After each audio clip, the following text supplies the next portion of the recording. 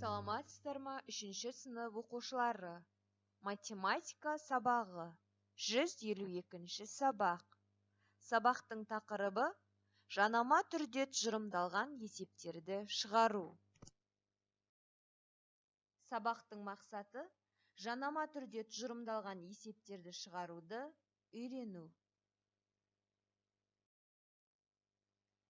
Балалар, бүгінгі сабақта біз жанама түрде тұжырымдалған есептерді шығаруды әрі қарай жалғастырамыз. Оқулықтарыңызда бірінші тапсырмада көрсетілген деректерді пайдаланып есеп құрастыруларыңыз қажет. Сіздерге деректер берілген, осы деректерді пайдаланып есеп құрастырыңыздар. Бос нүктелердің орнына тиісті сөздерді қойып, есептің шартын құрастырамыз және сұрағын анықтаймыз. Шешуі мен жауабын табамыз. Бірінші тапсырманың А тапсырмасына назар аударыңыздар. 45 бала бұл ересектерге қарағанда 3 есе артық. Бұл есепті шешу үшін есепті толықтыру қажет және оның міндетті түрде сұрағы болу қажет.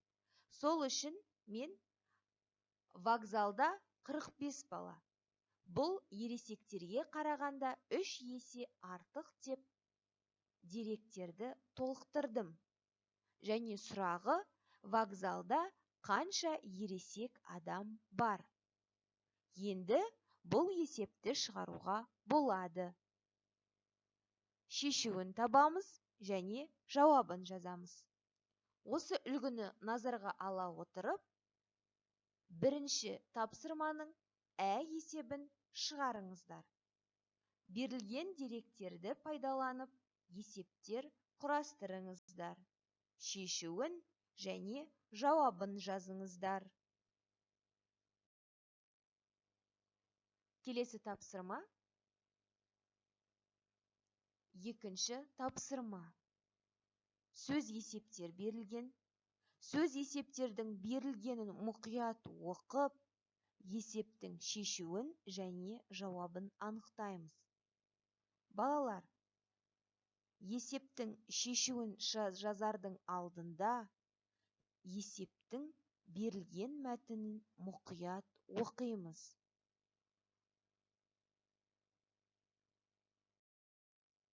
Келесі тапсырма, үшінші тапсырма. Сызбалар бойынша есеп құрастырып, оны шығарыңыздар. Сіздерге сызбалар берілген және деректер берілген. Және сұрағы көрсетілген. Осы сызбаларды, деректерді, сұрақты пайдалана отырып, есеп құрастырып, оны шығарыңыздар. Келесі тапсырма, 6-шы тапсырма. Заңдылықты анықтап, екі жағына 2 цифрдан жазып, қатарды толықтырыңыздар. Назарларыңызға рахмет. Сау болыңыздар.